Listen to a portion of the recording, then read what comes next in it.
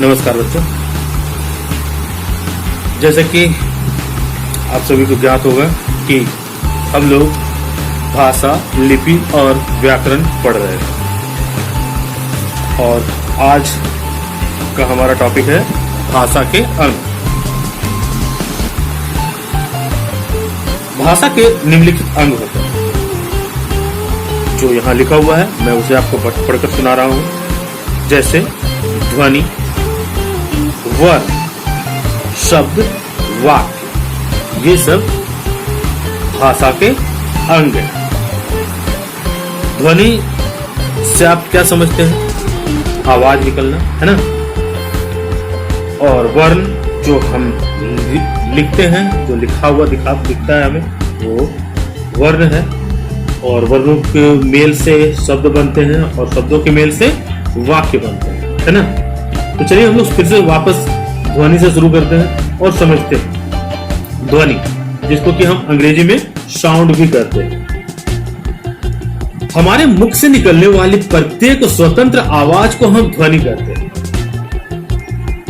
जो भी आवाज निकल रहा है हमारे मुंह से वह ध्वनि कहलाए। मौखिक भाषा में केवल ऐसे ही ध्वनियों का प्रयोग लाई जाए। तो ये तो बात हुई ध्वनि की। अब हम लोग देखते हैं वर्ण की। वर्ण जिसे हम इंग्लिश में लेटर भी कहते हैं। लेटर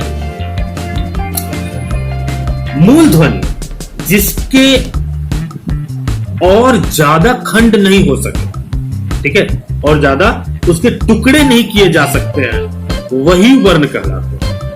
और समझ में आ रहा है? जैसे अ, आ, हर्षई, दीर्घई,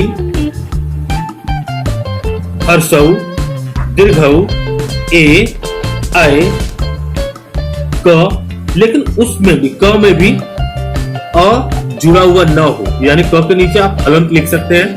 क, च, ट, त, प, य, ल, तालव्य श, ह आदि, ये सारे जो है ये वर्ण है।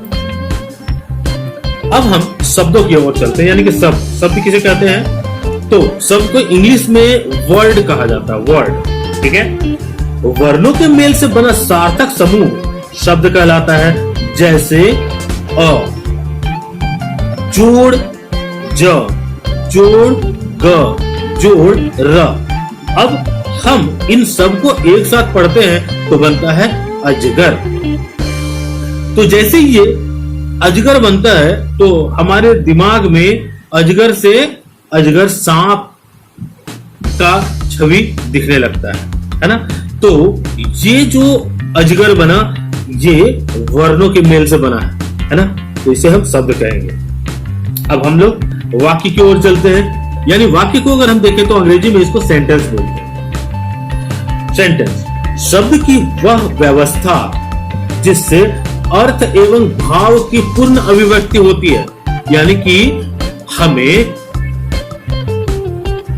उस जो आपका जो सेंटेंस यानी कि जो वाक्य होंगे उसको पढ़ने के बाद हमें उसका जो भाव क्या है, उस को कहने मतलब उस वाक्य को के पीछे क्या भाव है या उसका क्या अर्थ बनता है, ये बात हम भली भांति अगर समझ पाते हैं तो हम कहेंगे कि ये जो है ये पूर्णतः ये पूर्ण वाक्य है।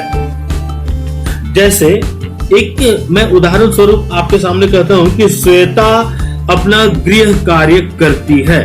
श्वेता अपना गृह कार्य करती है।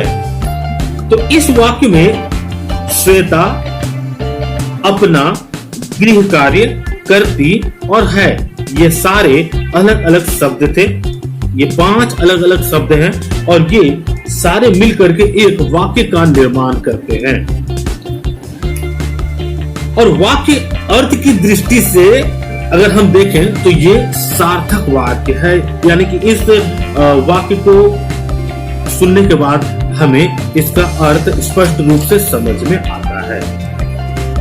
तो ये जो हमने अभी पढ़ा ये था भाषा के अंग। तो आज की वीडियो में बस इतना ही। आगे हम पढ़ेंगे भाषा और बोली नेक्स्ट वीडियो। तब तक के लिए धन्यवाद।